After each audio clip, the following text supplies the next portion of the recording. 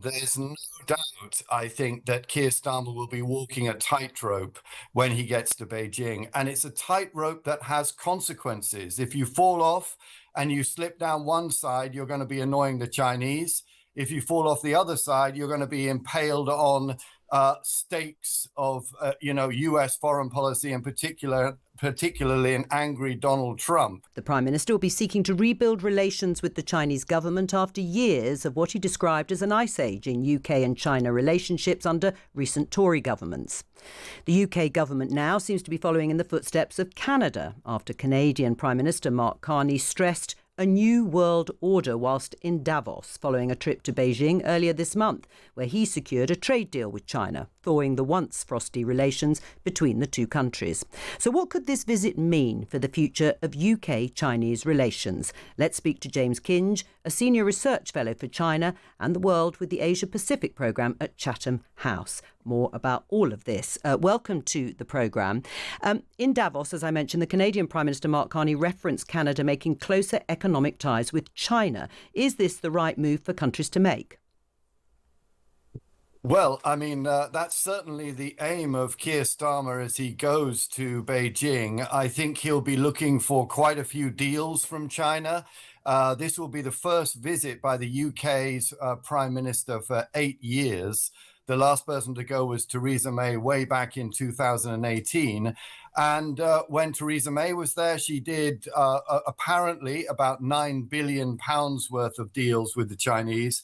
I don't know how many of those materialized, probably significantly less than that.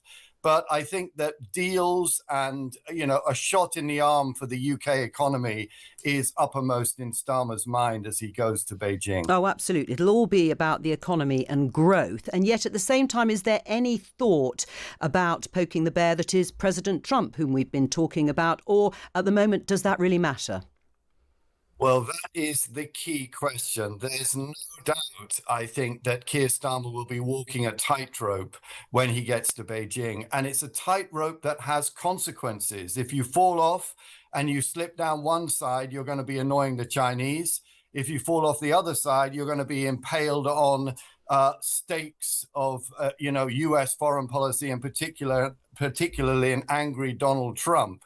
We've already seen how Donald Trump is reacting to Mark Carney, most recently threatening that he might put 100% tariffs on Canadian exports to the U.S. So I think that Keir Starmer needs to cozy up to the Chinese to some extent, make some nice noises to them, but prevent himself from annoying Trump. And I think this will be a pretty tricky maneuver for him. And in terms of annoying people, I mean, in light of the Chinese super embassy being approved in London, there has, as you know, been much concern about it being used for espionage and many MPs against it within the Labour Party. Do you think this will be something that will be addressed during the PM's visit?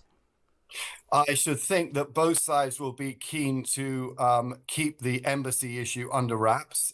It's been extremely controversial. And I think from the Chinese side, there's absolutely no mileage in raising this. And also from Starmer's side, too. To me, there was no question that this embassy approval for the Chinese was a down payment that allowed Starmer's visit to go ahead. I think without this approval of the embassy, it would have been very tricky for the Chinese to agree to this, at least at this stage. They could have done later on in the day. I mean, in terms of restoring relations or thawing relations, if you like, between China and the UK, there's not going to be a chance of a return to the sort of golden era when David Cameron and George Osborne were Prime Minister and Chancellor when it comes to relations with China. Well, the truth is that the era was never golden. This was just a pure form of words that the UK and the Chinese used at that time. And the 40 billion pounds worth of deals that were announced when Xi Jinping came to China in 2015, hardly any of them materialized. So this was really a fiction that was perpetrated on the UK people. The truth of the UK-China relationship is that it is extremely complicated and filled with tension. And both sides try to sort of manage this. In the case of the UK government, they try to minimize the problems in order to maximize the business opportunities that exist for UK companies in China. But honestly speaking, the relationship is very tricky. James Kynge, a Senior Research Fellow for China and the World with the Asia Pacific Programme at Chatham House. Thank you very much for joining us.